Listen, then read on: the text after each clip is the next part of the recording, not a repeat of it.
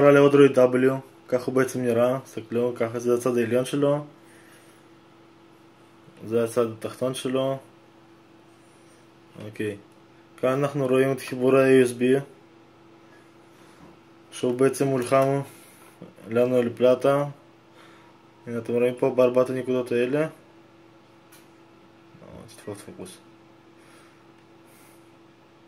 הנה פה יש 4 נקודות שבהם מולחם בחלק הזה. אוקיי, לידו יש כניסת HDMI שדרכה בעצם מחברים את המסך. דרך כניסת ה-USB שלנו אפשר לחבר כל מיני ציוד נלווה שמתחבר דרך USB, כמו וי-פיי, בלוטוס, עכברים, מקלדות. כמובן אפשר להשתמש במפצל USB שדרכו אפשר לחבר יותר ממכשיר אחד בבת אחת. מה ישנו עוד? אוקיי, כאן ישנו את כניסת החשמל שלו שדרכה אנחנו מחברים אותו לחשמל. הנה, מחברים אותו לשקע, הכל טוב ויפה.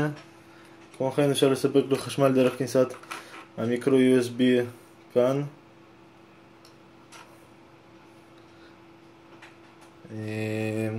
כאן במרכז יש לנו את כרטיס הזיכרון שעליו שרועה מערכת ההפעלה שלו, וזה בעיקרון כל מה שצריך לדעת על האודרואיד W בשביל להתחיל לעבוד איתו.